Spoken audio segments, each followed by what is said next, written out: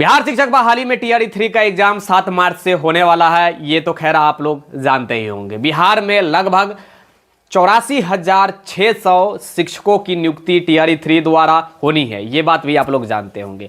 लेकिन दूसरी तरफ आप देखेंगे नॉन टीचिंग का या फिर लाइब्रेरियन का तो कोई पूछताछ नहीं है। साथ ही आप ये भी देखेंगे मैक्सिमम एज वाले का भी कोई पूछताछ नहीं है, एनआईओएस वालों का भी कोई पूछताछ नहीं है। यानी कि ये लोग केवल रास्ते पर रहेंगे।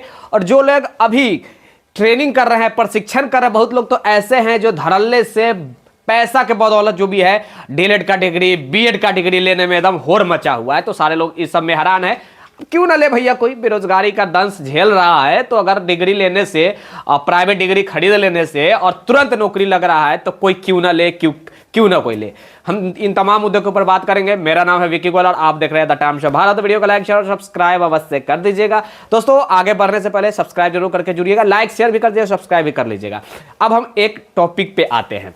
सब्सक्राइब करने से क्या होगा कि आपको नोटिफिकेशन सारे वीडियो का मिलते रहे। देखिए ये जो सेट की प्रैक्टिस की मैं बात कर रहा हूं, कल कुछ प्रश्न आया कि सर ये सेट प्रैक्टिस हमें नहीं प्रोवाइड हो रहा है, तो डिस्क्रिप्शन में मैं लिंक दे दे रहा हूं। डिस्क्रिप्शन में आप क्लिक कीजिएगा, अमेजॉन फ्लिपकार्ट, अमेजॉन या फिर फ्लिपकार्ट दोनों जगह पे आपको मिलेगा। तो आप कहीं से भी ले सकते हैं। डिस्क्रिप्शन आप चेकआउट कीजिए, लिंक मिल जाएगा, वहां से आप ले सकते हैं जाकर।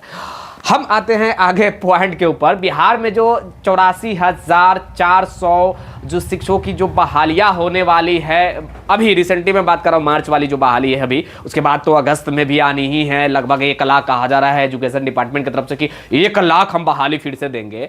तो एक तरफ अभी 84,000, उसके बाद 1 लाख, अभी लगभग 6 लाख बिहार में शिक्षक हो चुके हैं। अभी कार्यरत बिहार में 6 लाख शिक्षक है। चाहे मैं बात करूं नियोजित, टीआरई 1, टीआरई 2, 6 लाख है।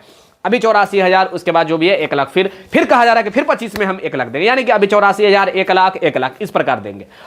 मुझे एक चीज समझ में नहीं आ रहा है कि नॉन टीचिंग वाले को लोग क्यों भूल रहा है। जब एजुकेशन डिपार्टमेंट में सुधार ही आपको करनी है तो केवल मास्टर साहब से सुधार नहीं होगा, पुस्तकालय से भी सुधार होगी, या फिर प्यून से भी सुधार होंगी, परिचारी से भी सुधार होंगी, कार्यपालक से भी सुधार होंगी, या फिर आप कह सकते हैं कि मुंशी से भी सुधार होगी। मैं ये कह सकता हूं कि जितने भी नॉन टीचिंग के पोस्ट है, क्या वो लोगों को जीने का अधिकार नहीं है? क्या उन लोगों के लिए वैकेंट नहीं आनी चाहिए? क्या केवल एजुकेशन डिपार्टमेंट में केवल टीचिंग का ही आनी चाहिए? नहीं, हर विभाग, यानी कि विभाग अगर आप सुधारना चाह रहे हैं एजुकेशन डिपार्टमेंट में तो तमाम पोस्ट के लिए आपको आनी चाहिए। ना कि केवल मास्टर साहब की बहाली हो गई तो भैया स्कूल में जाएंगे तो लड़का कम है, मास्टर में ज्यादा हो गए हैं, तो ऐसा भी नहीं होनी चाहिए। अच्छी बात है कि आप अगर वैकेंसी निकाल रहे हैं तो बहुत बड़ी अच्छी बात है बिहार के युवाओं के लिए, लेकिन आपको नॉन टीचिंग पर भी विशेष ध्यान देना होगा, औरों विभाग पर ध्यान देना होगा, जैसे कि प्रशासनिक विभाग हो, टेक्नीशियन विभाग हो, इलेक्ट्रिसिटी डिपार्टमेंट हो, या फिर वित्त विभाग हो, या फिर जितने भी विभाग है। चाहे मैं बात करूं टेक्निकल डिपार्टमेंट भी बहुत सारे पोस्ट होते हैं, तो तमाम पोस्ट पे इलेक्ट्रिशियन डिपार्टमेंट में बहुत दिन से कहा जा रहा है कि आने वाला है। मतलब ये सब केवल कहा जा रहा है, एक तरफ नंबर लगा हुआ है, नौकरी का बौछार लगा हुआ है। सारे लोग का बड़ी रिक्वेस्ट आ रहा था कि विकी सर आप इसके बारे में आप आवाज आजकल नहीं उठा रहे, तो प्लीज आप मेरा आवाज उठाइए। नॉन टीचिंग का, लाइब्रेरियन का पिछले लगभग कितने साल से लाइब्रेरियन की बहाली नहीं हो रही, कितने साल से नॉन टीचिंग की बहाली नहीं हो रही, पता नहीं क्या नहीं क्या होगा उन लोगों का, जिनकी दयनीय स्थिति तो खराब होंगी ही, इसमें कोई दो मत वाली बात नहीं है। एक चीज मैं कहना चाहूंगा कि ये जो बहाली है इसमें मैक्सिमम एज वालों के लिए कुछ नहीं किया गया, वो लोग आउट हो गए, यानी कि बाहर हो गए। उसके बाद अब देखेंगे एनआईओएस वालों भी आउट हो गए। मतलब कि एनआईओएस वाले अब क्या करें बेचारा, 14 लाख पूरे भारत में एनआईओएस से डीएलएड कर चुके कैंडिडेट है। अब उन लोग क्या करें? गवर्नमेंट को इसको लेकर किसी प्रकार की प्रावधान निकालनी चाहिए, कुछ विशेष उनके लिए करनी चाहिए, ताकि भविष्य में जितने भी एनआईओएस है वो सेफ कोटा में चले जाए। एनआईओएस गरीब व्यक्ति करते हैं भैया, गरीब स्टूडेंट ही एनआईओएस से डिग्री लेता है, कोई मातवर नहीं लेता है। क्यों लेगा कोई भैया? अगर आपको पैसा है तो क्यों एनआईओएस से लेने जाएगा? 1,00,000 2 लाख में तो डिग्री प्राइवेट से भी हो जा रहा है, तो क्यों ना कोई लेगा। लेकिन नहीं, लोग एनआईओएस से किया, उसके बावजूद भी सुप्रीम कोर्ट ने उसे बाहर निकाल दिया। तो देखिए, मैं जजमेंट को ऊपर उंगली नहीं उठा रहा हूं, सुप्रीम कोर्ट के ऊपर उंगली नहीं उठा रहा हूं, वो सर्वमान्य है, लेकिन गवर्नमेंट की ये गलती के कारण हो रही है। गवर्नमेंट को इसमें कुछ प्रावधान करनी चाहिए कि भैया ठीक है, आप 18 महीने का कोर्स किया, हम आपके लिए कुछ और विशेष करेंगे, लेकिन नहीं ऐसा हो रहा है। सब कान में तेल धर के सोया हुआ है, एनसीटीवी कान में तेल धर कर सो गया है भैया, एमएचआरडी मिनिस्ट्री भी सो गया है। तो ये लोग को कुछ करनी चाहिए इन बिहार ही नहीं पूरे भारत के गरीब एनआईओएस वालों के लिए। एनआईओ से बहुत सारे सर्विस में भी है, तो वो लोग को आउट होना ही है, वो लोग भी बाहर होंगे, आज न कल वो लोग भी बाहर होंगे एनआईओ वाले, अगर इनके लिए कुछ नहीं किया गया। साथ ही 22,000 बीएड वाले भी बाहर है। अभी आप देखेंगे तो बीएड वाले को जो भी है बहुत जगह है जो काउंसलिंग किया गया है, तो उन सभी लोगों को बाहर किया जाएगा।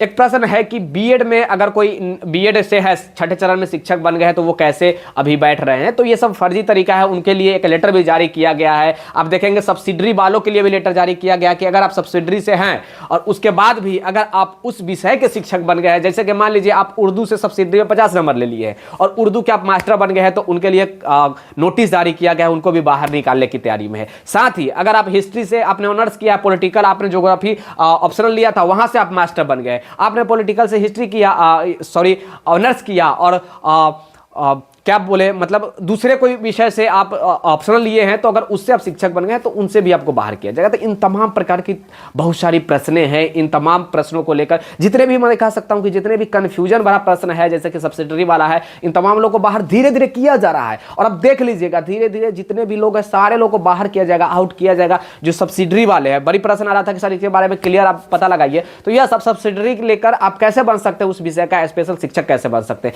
आपने हिंदी को सब्सिडरी में ले लिया 50 नंबर के एग्जाम्पल के तौर पर, और आपको कह रहे हैं कि भैया हमको हिंदी के शिक्षक बनना है, तो जो 100 नंबर हिंदी पढ़ा है उसको मिलना चाहिए कि आप 50 नंबर हिंदी पढ़े हैं ऑप्शनल लेकर उनको मिलना चाहिए, आप भी डिसाइड कर सकते हैं।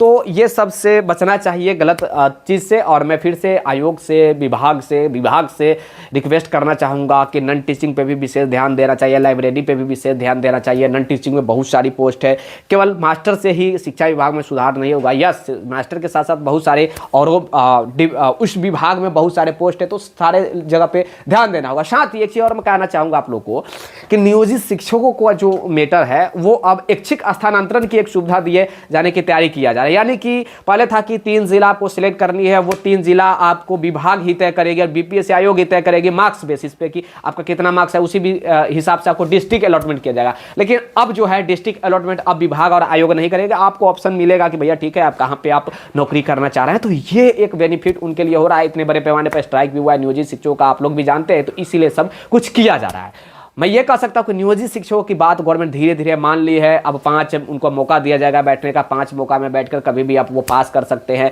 3 बार ऑनलाइन, 2 बार ऑफलाइन, 3 बार ऑनलाइन, 2 बार ऑफलाइन, 3 बार ऑनलाइन, 2 बार ऑफलाइन इसलिए किया गया है क्योंकि बहुत सारे जो स्कूल के शिक्षक और मैडम होंगे जो कंप्यूटर से कभी चलाए भी नहीं होंगे, इसमें कोई दोमत वाली बात नहीं है, तो कभी नहीं जो चलाए हैं वो कैसे एग्जाम ऑनलाइन दे सकते हैं, CBT test, computer based test. इसलिए सब कुछ किया गया है, ऐच्छिक स्थानांतरण की सुविधा दिया गया है, तो उनके लिए एक बहुत बड़ी बात है। इन सब पे ध्यान दी है गवर्नमेंट शिक्षा विभाग, तो ये बहुत अपने अपने बड़ी बात है। विशेष जानकारी हुए द टाइम्स ऑफ भारत के साथ अवश्य जुड़ जाइएगा। मेरा नाम है पीके गोयल और आप देख रहे थे the times of Bharat. Video को लाइक, शेयर और सब्सक्राइब कर लीजिएगा। टाइम्स ऑफ भारत है तो सही, सटीक, विश्वसनीय खबर आपको मिलती रहेगी।